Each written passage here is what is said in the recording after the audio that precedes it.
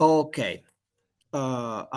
Please remember, everybody remember that you can activate subtitle and you can activate automatic translation of subtitle. In this way, each one of the participants can have the subtitle in the language that prefer. Okay.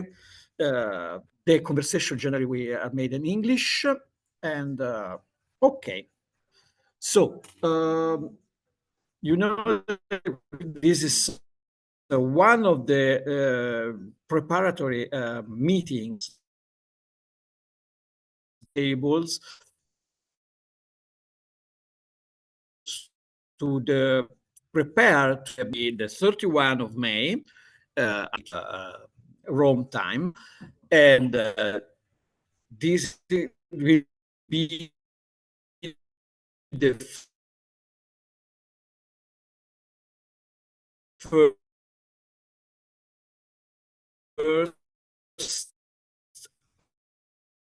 of the meetings mandatory. For have the certificate, participant needs to participate to 3 or 5 total meetings, one each month from this in October. So the strong the participant. Oh, sorry. We will have to going deep in the official key lesson. So now I pass the word to how they say that I'm president of SE POATE. It's our Romanian partner, and is our guest. So she will speak a bit about her organization and what are we doing here. So please, Ana Maria, the floor is yours. Hello everyone, as Fabio said, I am Ana Maria and I represent Asociația Se Poate, and I'm very happy to talk about it and what we do in our community closer to Lipănești, that is like 1 hour and a half from Bucharest. So starting a bit about our NGO, we were founded in 2014 and we do very diverse projects, but from Erasmus, from different mobilities, trainings. But let's say our main important actions and our main important activities are related to the rural area and to where we are now. We are in Prahova, that it's, it's 1 hour from Bucharest. And here we said it's our we are the most proud of what we do here because we planted an acacia flower tree forest in the last 8 years that has now gained almost 18 hectares. So we are really proud of it. The trees are some of the part of the forest is it's in adult time. We do this with the municipality of Lipănești from Prahova. It's a commune, it's a rural area, and they own the place. And together with sponsor, we planted the forest. And also recently we opened the youth space for people. This somehow to describe a bit what we do here in the rural area. And now talking about the meeting, this was the first day of activities that we had. As you can see, we are. I will show you that we are here together. Not all the partners are here, but I wanted to show you that we are separate, but still we are together here. But you know, with online, it's harder all of us to be here. But we wanted to show you that we are together, and we are really happy to do this webinar while being here, all of us. And about the meeting today in the morning, we met with starting working here and planting the trees and involving different people in our planting areas. We involved more than 1,000 volunteers in planting forest. It's 18 hectares. We needed to involve a lot of people from our sponsors, from the high schools, from the schools. So we involved a lot of people. So that's why we connected with different mayors and with different municipalities. So this morning we started with a discussion about the project, and some mayors from Lipănești, from Boldescăi, and also from Blej, and the county, let's say, councillor were present. So we had a chance to discuss the importance of the project. And also we had during the meeting high school students from technological high school. So it was very important, but because somehow the technological is related to, maybe they will get the chance to work here closer to the rural areas and to remain here in the community. And after that, in the afternoon, we met with the mayor of Joy, and we had a chance, because together now we have we have two mayors with us, one from Italy and one from Spain. So we got a chance to discuss, to have a really 3 hours discussion about different problems that we have, similar problems, solutions that we see to the problems from our rural communities, the populations, such as different budgeting and other really diverse problems we face. So it was really interesting for us to see how the countries sometimes are really different, but somehow we really have similar problems. One thing that we noticed in Romania, that maybe our depopulation, it didn't get to that point, that not so nice point as in Italy and Spain, like where some villages are stop existing, or there are just a few people present there. But the mayor said that maybe we will be there in 5 years if we don't start doing and involving our time in the rural area. So it was a really nice time to have with mayors and also with all partners. And from tomorrow we will meet in the morning with the Forestry Authority from Prahova County. We will find out important things about the forest, about how they manage all the forests from the county. And also we will visit a very nice museum that actually was developed, a Pottery Museum, ceramics museum, and actually it was developed in a historical commune, historical village, where it's supposed to be. It was a tradition to do pottery. So actually, young students from architecture, I think some years ago, they developed this museum and this project with different funds, with different sponsors, and it's a really nice best practices for putting to life a village that somehow these problems that we don't pass the traditions to the future generations. So what they did there, they bring back the traditions to the community, and the community started being involved in these activities.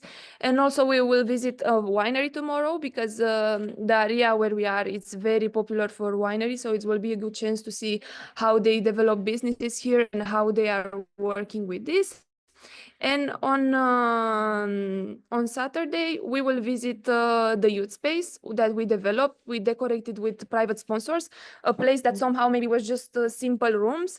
And we did interactive, let's say, rooms for games, rooms for learning.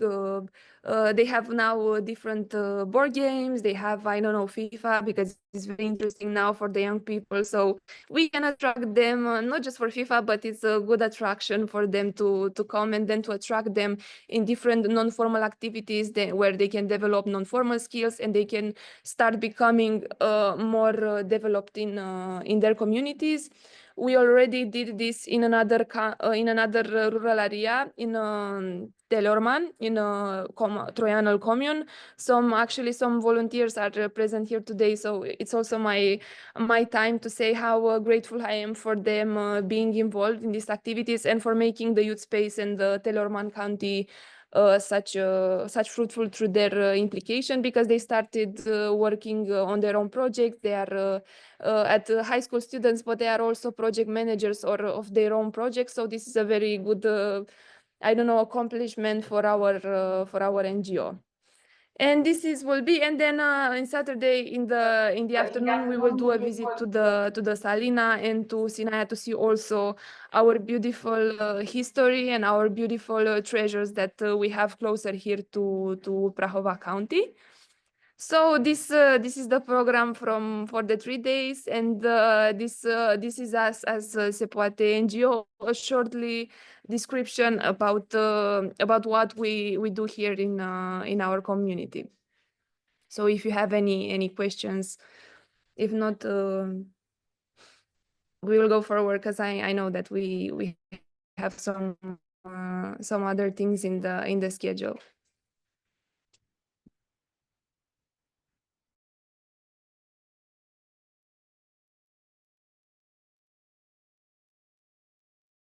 Okay, so it seems there are no questions, and now we can just pass the word to Andrea Facchin. It's an expert in community and prevention of conflict. So, Andrea, you can start with you're the word. Well, hello everyone. Good afternoon. Well, it's a big pleasure for me to be here and have the chance to speak about nonviolent conflict management, which is my field of application.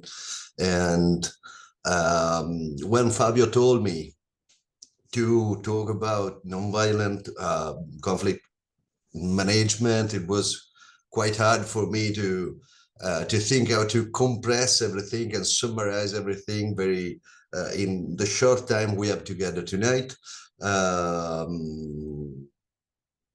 What I trying to bring here is just a tool for the conflict management, but I need, before starting, to introduce you to this tool, to give you some information about what does it mean have a non-violent approach to conflicts.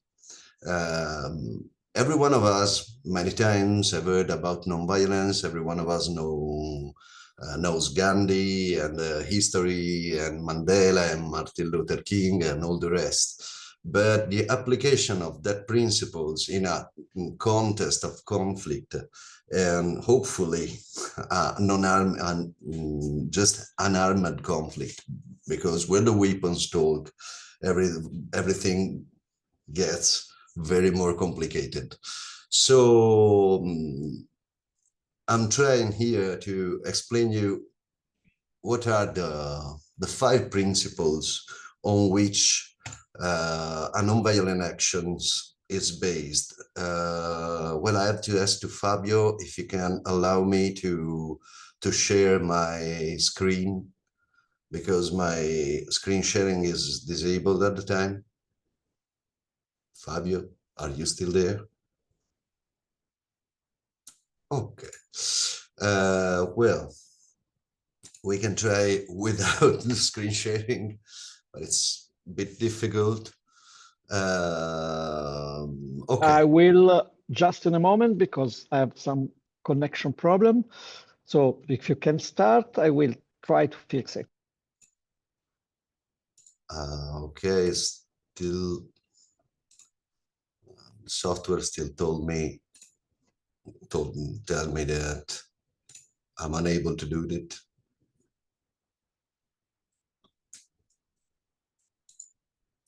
Anyway, let's start.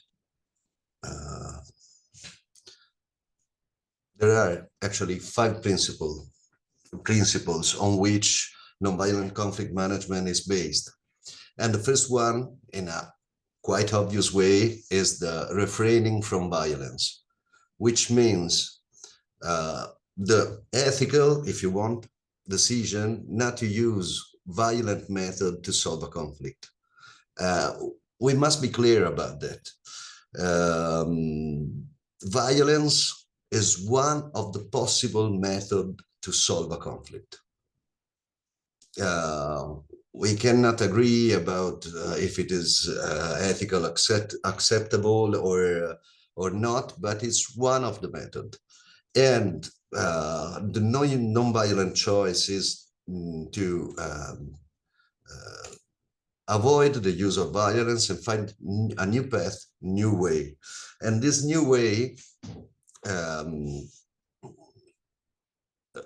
requires to be deeply bonded to other 4 principles, which are the readiness to make sacrifices. Now I have to make a very short trip in etymology. Sacrifice from Latin means actually make something sacred, which means sacred in Latin is something that is untouchable.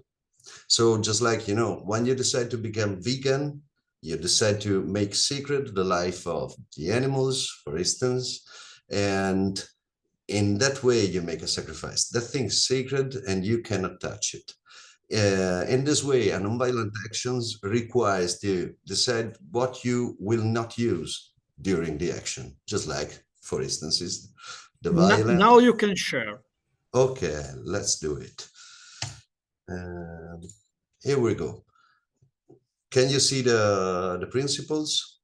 Okay, thank you. We were talking about readiness to make sacrifices. And so beginning on a non-violent action, one of the things that we have to do is to decide what things are sacred, and we decide not to use that. Third point is the respect for the truth, which is one of the key part of non-violence. And I don't think we don't have to talk too much about that. And the last 2 are the constructive engagement. Here we have to talk about what we mean for peace. Normally, we think that peace is absence of war, but in a non-violent perspective, the idea is that peace is more like a place where me and the others, my counterpart, my adversary in case, can live together at least peacefully. Okay. And the last principle is the gradual use of means. The means that I have to use in a non-violent action must be means which are understandable for my counterpart. On the basis of these 5 principles, the non-violent action move towards the path that ideally will bring to a peaceful management of community living. This is just to give you a framework in which non-violence move. But getting straight into the point, and so talking about non-violent management of conflict, and so we are talking now about tools and tactics. Fundamentally, you have the first step is to make a functional conflict analysis, and to make it, we have to analyze 5 points, which are, first of all, the number of types of conflicts. Usually, when we're talking about a conflict, we see just a single unit. There's a conflict going, and just one conflict. But normally, every conflict brings within with it a larger number of conflicts, which involves different types of ways in which these conflicts flare up and escalates.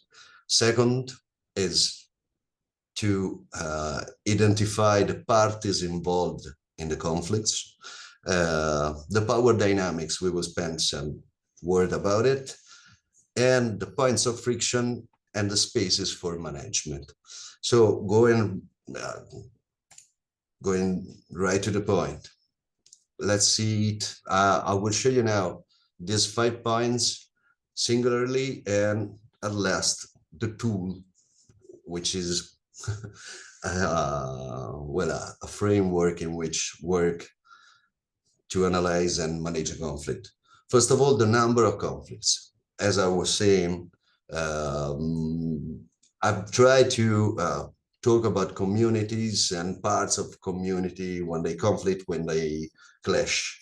So normally we have the perspective of just one conflict going on. So we have the part A and the part B. They are conflicting and they are clashing, and we think just that there's just one conflict going on. But actually, there are micro conflicts going with singular part. The easiest way to understand what I'm saying is to think to a battle. If you have a battle between two armies, you have the big army confronting, but inside you have all the different units, and they are confronting singularly on the space of the battle. So when two community clash or two parties are clashing about something, you have different little parts, and we must identify them. Mainly because conflicts are normally of two different types. There are visible conflicts, which are the ones whose effects are observable, like the use of violence, the violence we mean, not just the physical violence, but even the psychological one, the economic violence, the destruction of objects or harm or damage to living beings. And all this kind of conflicts falls under the definition of visible conflicts. But together with them, there are always invisible or latent conflicts, which are the conflicts between different values, Weltanschauungs, worldviews, different claims, demands, and different self-representation, which is one of the key concepts in this matter. A community has a self-representation and represent itself in a certain way. When two communities or two groups of people arrive to a conflict, the first thing that is going to clash is the different representation of themselves. And if you want to manage something in that, we have to be aware about this representation. I know that it's the hardest question in the world to answer to the question, who am I? But we have in some way to work about that. The parties in conflict. A group of people is a group of individuals. These individuals have different roles. So talking about communities, we have to try to identify if which societal layers are involved, which age is involved, because maybe you have two community clashing, but it just, I don't know, the young which are clashing, or just the, I don't know, older people. And we have to study that. And this is another key point of the question or the matter is which stakeholders are involved. Just for an example, talking about two little towns clashing, and we are talking about a normal clash. We are not talking about weapons and all the rest. Two towns clashing we don't have actually the time to work about a case study, but just to understand. You have two groups of people, two little towns clashing about the organization of a festival, or the use of some resource from the government, or I don't know, something like that, the use of some agricultural area. Okay, one of the questions we have to answer to is which stakeholders are involved in that? Because probably if we have the chance to talk with the right stakeholders, we have a way to manage the conflict. Yeah, give me some sign. Tell me that I'm can you understand me? I'm talking right or I'm completely nonsense, please? I'm not, okay. Well, I assume that everything is all right. Okay. Once I have identified the number of type of conflicts, the parties involved, it's the time to talk about the power dynamics. When you have two parties clashing, probably every single part have a different number and type of means on which the part can count to sustain the conflict. And be aware about who has the greater means or the smaller means. It's a key analysis to try to manage the conflict ongoing. This because, and this is explained from the next step, once I have identified this power dynamics, I can try to understand which are the points of friction. Normally, the work is done answering to these three questions, which are on which issues do the parties clash, what resources are contested, and where do the conflicts flare up. These three answers are normally the right guide to understand how these conflicts are going and where these conflicts are escalating. And there is the point that I have absolutely avoid to work. In a nonviolent perspective, work on the point of frictions, it's just fueling the conflict to escalating continuously. You need to know to find another way to intervene in the conflict. It's something that I didn't said, but it's important to know if you are part of the conflict or you are a third part in the conflict. And normally we think that, well, I'm observing a conflict, so I'm the third part. But in most cases, we think to be outside the conflict, but in some way we are in the conflict. So we have to add ourselves as a party in the conflict. And the last point is, the space for management. Once I've identified, we said, the number of conflicts, the type of conflict, the points of friction, the power dynamics, we will see that there are spaces where the conflict is not flaring up, spaces where the parties are talking, and a conflict is not actually something that is going on continuously every hour of the day for everyone. Even a war, as you know, there's these famous stories about World War I. You know that the truce of Christmas.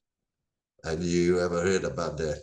On the Western Front, English and Germans decided to stop fighting for the night of Christmas. Okay, this is the typical case of a space for management. Because you have a little part where the parties are not fighting, are not clashing, and there you can work. And you can do this work answering to this question, which are the opposite of the question we've seen before. So which issues do the parties not clash over? Which resources are not contested? And where do conflicts not occur? Answering this question you can find where someone can work to manage and hopefully find a solution for the conflict. I say hopefully because one of the key points in nonviolent conflict management and resolution is to think that the conflict is an unavoidable phenomenon of human life, human being life. You cannot avoid a conflict. You need to manage the conflict. Conflict is it's a reality of human being, and so the work is just trying to manage and find a way to the most peacefully possible solve the conflict. Once this analysis is complete, one can move, as you can read, to the actual management, which is using the spaces we have identified to make the parties communicate and trying to find a solution. We won't talk this evening about solutions because it's another big part, but just about management. So the tool I'm suggesting you to use, can you see framework for conflict analysis? Can you read it? You see it? Yes, Oh, it's thank you. visible. Okay. So this is the tool. Well, it's just a suggestion, not actually the only truth. But the first step is give a general description of what is going on. Like when you see that the epiphenomenon of the state or of the situation, what we normally call the conflict. Then you begin your analysis. And so, as we said, we have to find the number of conflict and the type. For every conflict, my suggestion is to give a name to the conflict, to identify. And so if we have inside the big one a little conflict about the park, let's call it park conflict, okay? And what kind of conflict is a visible or a latent conflict? And for every conflict, try to identify the characteristics. How's the conflict bring on? How's the parties moving? What are they doing? And all the rest. Once I've seen the conflicts, you have to consider this file like an hypertext, like a website. Because for every micro conflict we individuate, we identify, we need then to go beyond and go deeply in the analysis. Second step, identify the parties. So we said before, societal layers, demographic age, and refer the parties, relate the parties to the conflict we have identified before. Once done that, again, for every party in the conflict, we have to try to see and to describe which means and the quantity and quality of means the single party has to sustain the conflict. We need this because if we try to solve a conflict working to diminishing the greater means of a party, that party will feel under menace, under threat. So we have to avoid to work on the greater means of a party. Probably my suggestion is to work on the smaller means, trying to offer to the party the chance to make this means greater. Again, points of frictions, where the parties are clashing, where, about what, just to know where we have not to work. If the problem is the park we were talking before, we don't have to work about the park. Otherwise, we are just fueling the conflict. And the last part, once I've seen which are the points of friction, the last part is trying to identify for every conflict, for every party, the spaces of management, which are the spaces where we can do something, where we can bring the part together. If you consider this like a true exercise that someone have to do, writing down things, not just talking, but just to point the things on a white sheet so you can see it. This is just an example. You can do the same way, the same thing using images or other kinds of framework. This is the one I use because it's easier for me, but it can be easily transformed in something more graphical, more visual, more. It depends from the single person or group which is working on it. As you can see, it's very simple. It's just 5 pages, because one of the key skills in conflict management, or at least in nonviolent conflict management, is the skill of summarizing and, you know, in some way make a reduction. Well, in Italian is pensiero convergente. If someone can help me to translate pensiero convergente. So you observe big things and trying to reduce things in very smaller, easier things to manage. And well, it's 41 after 6. I'm almost perfect with the time. We have time until 6:15, right?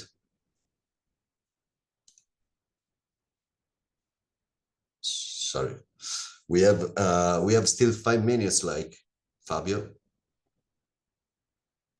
Yes, 5 minutes.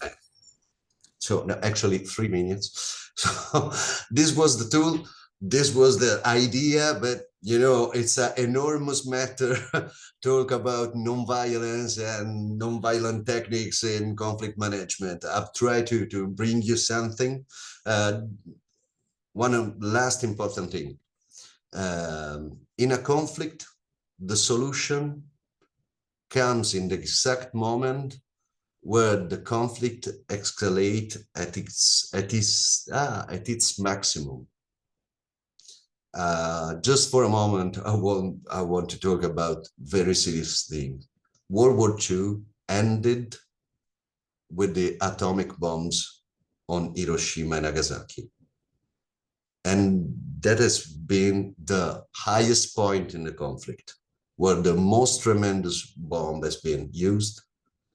And normally a conflict ends in its highest point. A conflict management is try to avoid to reach the highest point and try to work the idea of these points of friction, the space of management, must be intended in the same way of a humanitarian action. A nonviolent organization working on a conflict scenario, the first thing you do is try to save lives. And then you say, okay, let's try to manage and solve and all the rest. At the same way, working even on a very easy conflict about, I don't know, as I said, the park, okay? The style is the same. Let's contain the conflict. Let's avoid the highest point, and and try to work to bring down the intensity of the conflict to a solution. I hope this is all. I hope that it was understandable, and I will send you the slides and the tool. Thank you, everyone. And everybody will have the recording and the translation. So, but there is a question for you. It's about if you can clarify the difference between the point of frictions and the topic, and how we can manage. Okay, let me, I'm looking for the chat of the, so the question was again, I'm sorry, Fabio, but your connection sometimes stops. And Fabio? It's in the chat, the question. Yes, You need, I don't know why. it's about the difference between point of frictions and topics of conflicts. Ah, okay. Yes, okay. Well, this is, it's a bit difficult, but I will try. Let's use an example. If you have two children fighting on a new toy, okay? If you go to the children and you say, the toy is, let's give a name to the children. The two children are John and Mary. And John and Mary are fighting about this new toy. You go there and you said, the toy is for Mary, or the toy is for John, or the toy is for me and not for you. You don't have to use the toy. Working on the toy, what you have is escalating the conflict for a second moment. You're solving the single moment, so the children are fighting no more, so everything seems solved, seems okay, but the conflict isn't solved actually. And if you had some experience with the kids, you know that working not on the topic, but on the other stuff can help the kids to find a solution. Because what you want is not to, in conflict management, you're not the arbiter, you're not the judge, you're just someone helping the parties to find a solution. So what you need is to create an environment where the parties are able to communicate and solve the stuff which are fighting on, using the other skills gained in the communication, avoiding the point of friction. I don't know if it's in some way understandable or if I had clarified the thing. Yes, thank you. Well, the example with the children always works. Because it's a human attitude. Normally, if you, well, let me be a bit naive, but if you have two persons, always in a conflict, you have three matters, three points. These points are the request, because a conflict is actually a communication act. Even if I'm shooting to someone, I'm communicating. So in every communication act brings with him some request, some claim. So you have a request. The second point is a resource. Every conflict is about a resource. Even a couple, a married couple fighting, is having an argument, they are talking about some resource, maybe just an ethical, something about the feeling, or but it's always a resource. And the third point is the representation. John wants the toy because he feels that he has the right to have the toy. Wanting to manage all the stuff, if you try to work about the topic, you are mining what the parties feels like a right. I have the right to have the toy, to use the park, to have that kind the land, to have your money, or no matter what. I have the right to. And if someone comes to me telling me you don't have that right, they are actually threatening my self-representation. In some way, they are wasting the basis on which I've built myself. And we don't want to waste anything. We don't want to destroy anything. We want to build other stuff. So I don't want to touch that representation. I just want to show you a different way. As I've said, show you the place where when John and Mary can live peacefully, where the two communities can share resources, share skills, share what they have in a new representation where both the self-representation works together. Someone could tell me, but let's talk about the Nazis. They said their self-representation. And I always, when someone asks me that, I always answer this way. Gandhi wrote 2 letters to Hitler.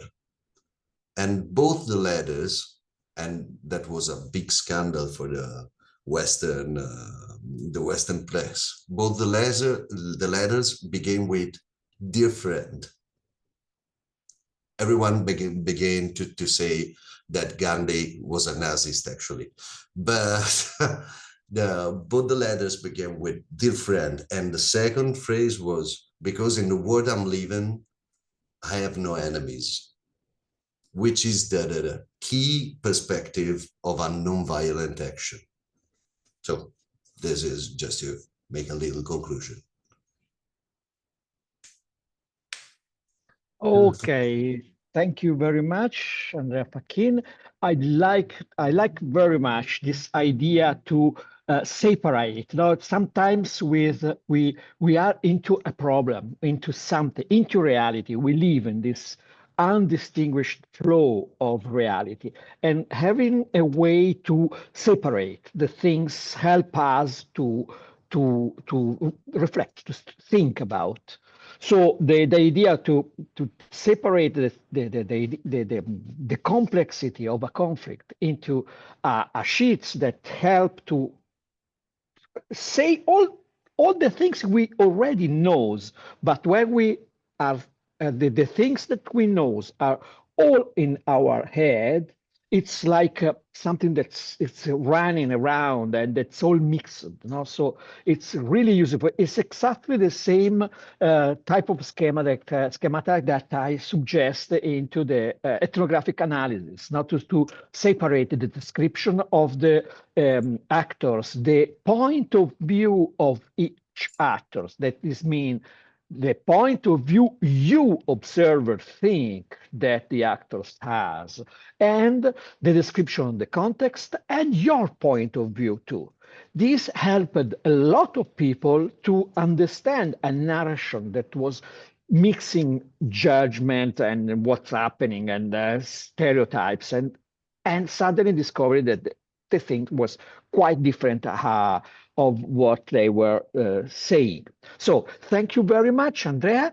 You please remember that this recording will be, will send the link to you, all the participants.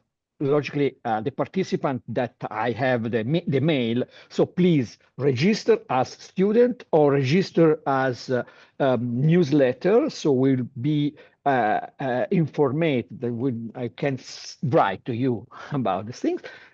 tell to the people that you think are interested in this Highland Community Manager project to be part of this, because we are, for one side, speaking about instruments, ideas, and help exchanging the case studies and all the idea like Facchin has done today. But two, we are building a network of people that will collaborate, things to ask to the other participant and saying, okay, we will build a better way to help the internal and the highland areas to have a more quiet and sustainable development. So thank you to everybody, and remember, sign on the website. We will see next.